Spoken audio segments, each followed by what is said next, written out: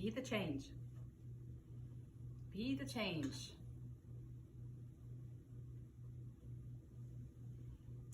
When you change within you, you change everything also around you.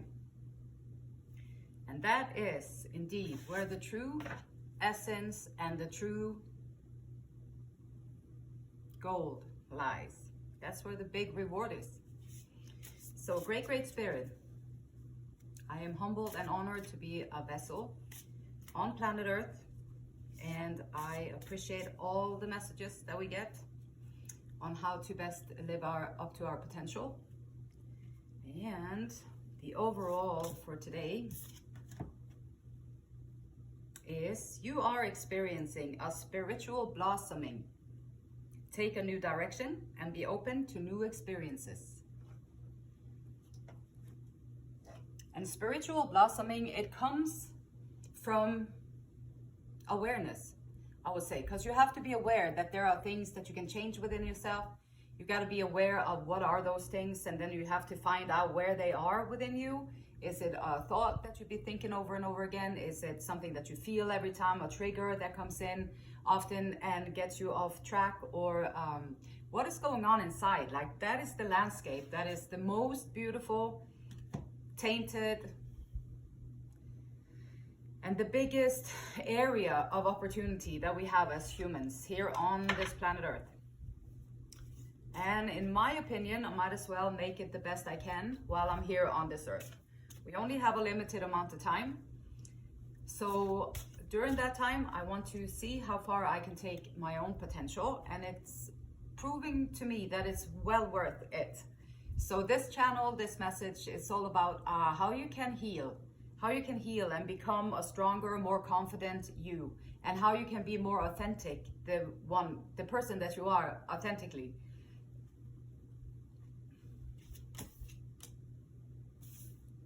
So there are some new opportunities, and here's also take a new direction and be open to new experiences. And this is spirit handing out like a, maybe it's a raise, maybe it's a promotion, perhaps it's a new idea for a business venture, perhaps it's an entrepreneurial thing that you want to set up. But something is going on in your mind space about like that opportunity. Perhaps you're wanting one or looking for one.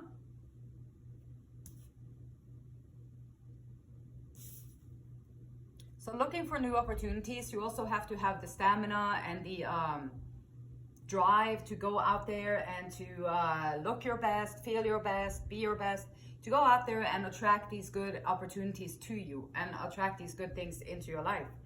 And taking passionate action, learning about things, taking new knowledge from what you see around you, learning new things,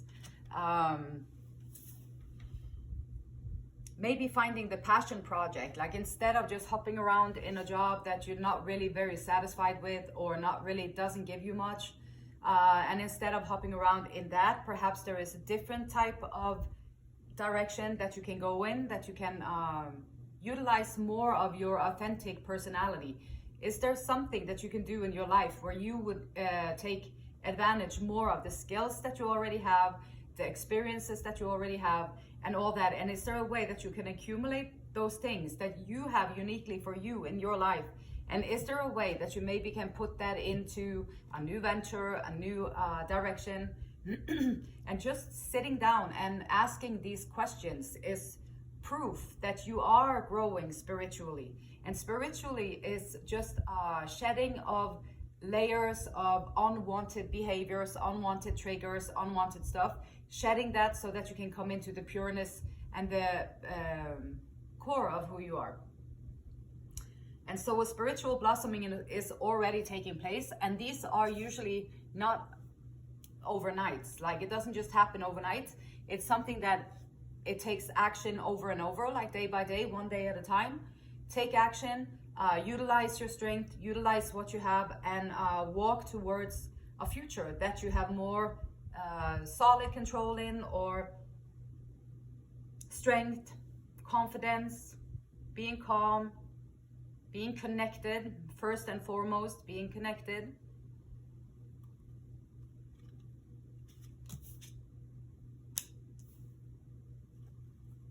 Perhaps you're looking to speak about something passionately, taking charge and be a leader, and looking to speak about something. And sometimes you just have to,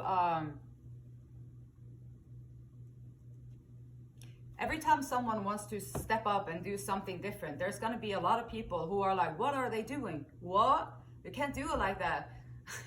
And then they get all tumbled up because somebody's doing something different, and now they get confused because their ego cannot follow it anymore. But whatever you do, when you lead with your heart, you lead with your integrity and your authenticity, and then speak your mind, speak your truth. Everybody has a truth. Everybody has a mind, body, and soul. We're walking around here. Your truth is equally as with other people's claiming, because we all just here on planet Earth trying our best. And in order to blossom, it's important to take some time out to yourself, whatever your goal is, like whatever your goal is in life. And I think it's someone here who wants to start something where they can speak their truth with authenticity. It's a difficult word. Speak the truth with passion and having good results in their own life. So you already did the work. You're experiencing a spiritual blossoming. Once you get to a certain level, now you can stand up, you can speak your truth with authority because you have experienced it, you've learned it, you've lived it, and you've done it. And so that will also allow you to feel more confident in and maybe even rise above the sparring of like opinions on ground level. Ground level is like unconscious behavior, holding on to ego, identity, holding on to labels, and arguing about that. And so there's the ground level. And then once you rise above it a little bit, you recognize these different things and you have more awareness within you. The peace, the awareness, the presence in the present moment. And then you can also notice the things that are going on without being pulled into it and become it. So you stand your ground, you hold your authenticity. Sometimes can be difficult, but just take the time out every day to pause and breathe and focus on that new venture, focus on the little things that you can do day by day to grow into the life that you want to create for yourself. It can be a magical journey here on this planet Earth, for sure. Interesting.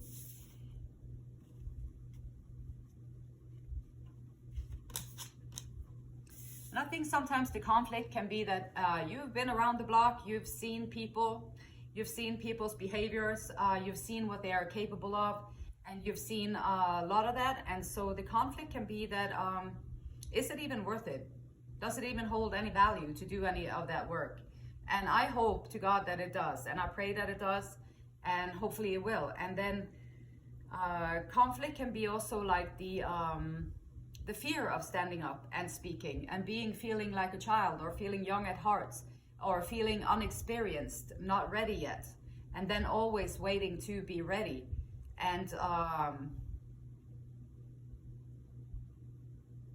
it can also be like a fear of failure or fear of disappointments can create conflict in everything else that we do. And so everybody has to start out somewhere. Nobody just started like an expert, got popped out here on planet Earth already an expert. It doesn't happen like that. You have to work for it, and it takes time, and it takes commitment and compassion and determination. And give that to yourself along the route, along this journey of life. Like, allow yourself also to, don't make rash rash changes and just hop into something new or just change it around. Like, conflict can be impulsive action, doing things impulsively, not thinking it through. Overcoming the internal fears of being wrong or not having it right. Because if you have these things within yourself, that would be a part of what you can sit down and meditate on. And you can create a space for yourself where you can guide yourself and you can direct yourself towards a healthier approach. like that you can do it. And sometimes things are disappointing, and that's okay. And sometimes they are successful, and that's okay. And sometimes you just have to speak from where you are, and sometimes you feel more experienced when you speak about things, and those things are okay too. Sometimes you take action passionately in the right direction. Sometimes we can take action passionately in the wrong direction. It's all good, it's all a learning, but it would create a conflict in being a spokesperson or standing up in leadership and doing these things.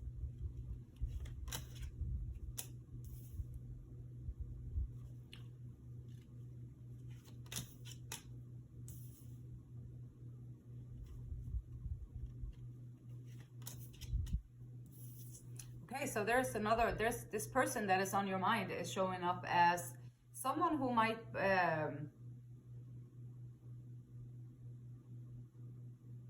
someone traditional, someone who might want to like marriage or settle down, also coming in with action and love, and the Wheel of Fortune is spinning in the favor. So there is someone on your mind, or there is someone on their way into your life, into your mind, and this person might be someone that you could really hold on to and really trust, and someone who could be reliable and be worthy of your attention and your energy.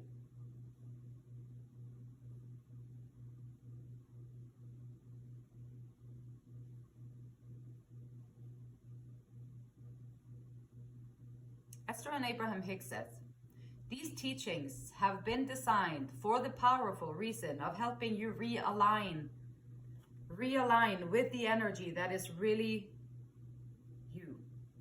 And in the process, you will return to your natural joy. Oh, and yes, there will be added side benefits of helping you achieve anything that you have ever desired. So if a good relationship, a good, passionate, loving, kind, compassionate, trustworthy, loyal, respectful relationship is something that you've been wishing for is definitely at hand if that's what you want. Or maybe you've been washing off those layers of unnecessary attachments. And so you've been clearing out the space and clearing out yourself. Once you make yourself ready, energetically, like making yourself ready and open and available to allow someone to come into your space, to allow someone to be there so you can open up and be intimate with them, or have intimacy and good conversations, deep conversation, understanding, knowing that it's loyalty, knowing that there is respect there, knowing that this person is trustworthy.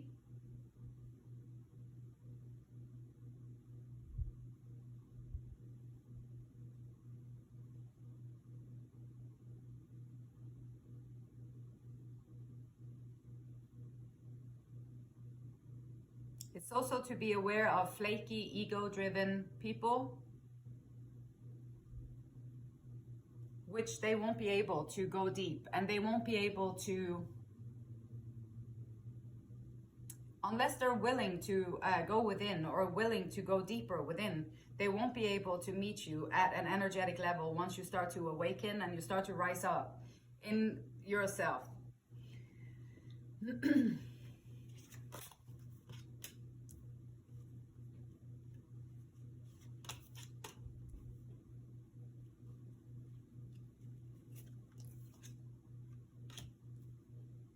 Okay, and so Spirit's advice.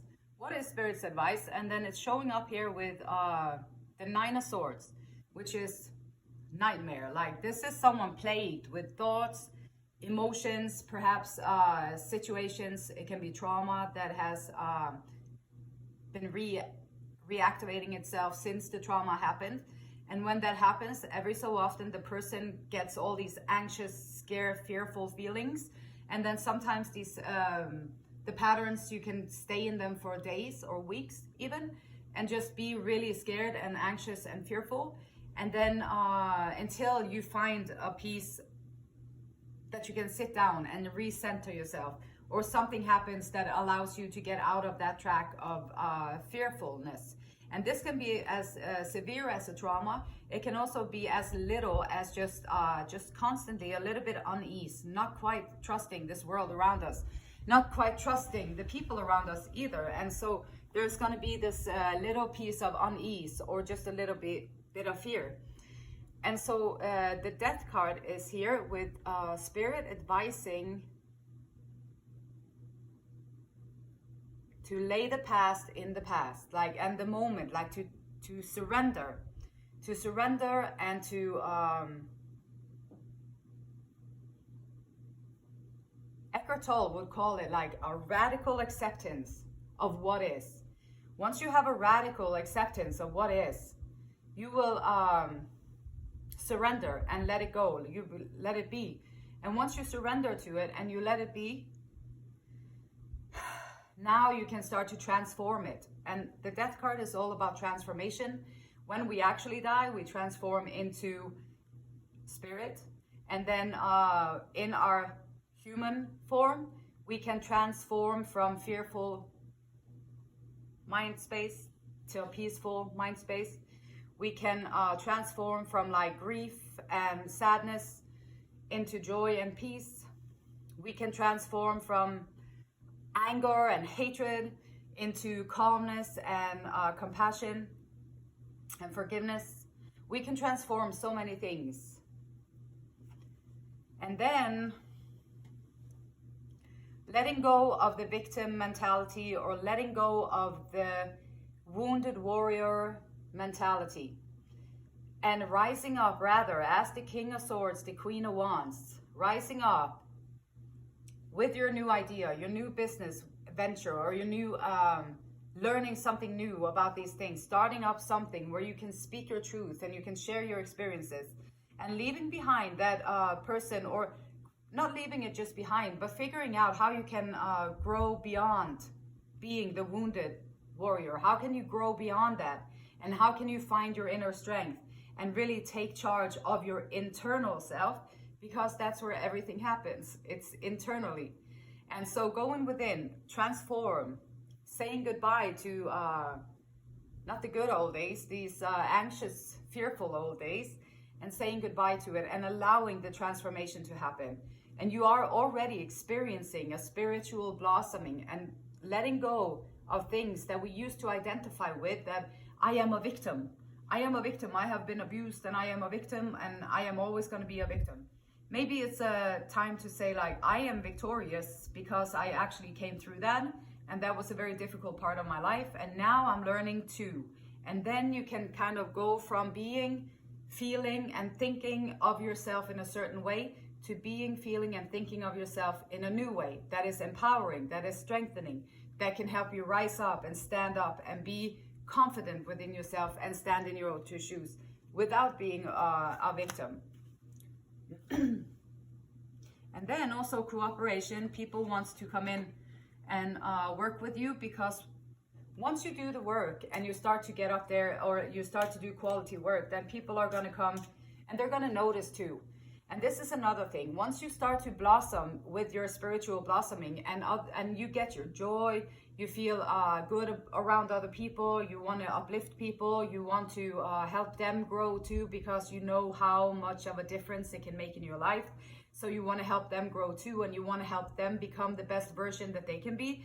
And once you start to radiate this confidence and the joy and the growth that you are experiencing when you sit down and you close your eyes and you take the time to get to know yourself, know your triggers, work on them. And this is the work. This is the work that Jesus was doing too. This is why he was such a compassionate person to everybody else.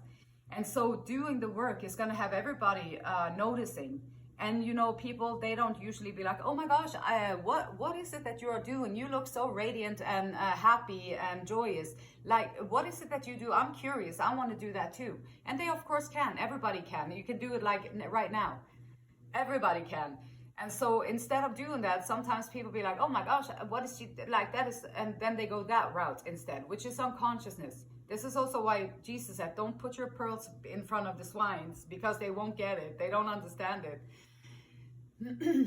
But do the work anyway, and shine anyway, and just do your thing anyway. I know there's a lot of people out there who are doing this spiritual work who is also feeling kind of lonely or set apart, set outside of whatever.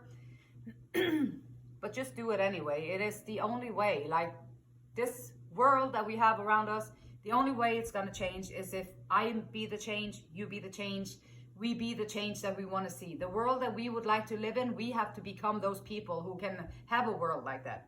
Simple as that. And guilt. Guilt, guilt, guilt. I release any beliefs that no longer assist in my soul's growth. Like, this can be guilt too. Like, letting go of the guilt. Always feeling guilty. It's always your fault. Everything was your fault. They always blamed you for everything or whatever. And you always felt like there was something wrong with you. You felt guilty for just like being born. Feeling guilty for just walking around here on planet Earth. And so letting go of the guilt is going to be so important. Like, it's going to be so important to... The guilt is very tricky, and it's like everywhere. It's a very efficient manipulation tool to throw guilt on people. And so releasing any beliefs that no longer assist in the soul's growth. And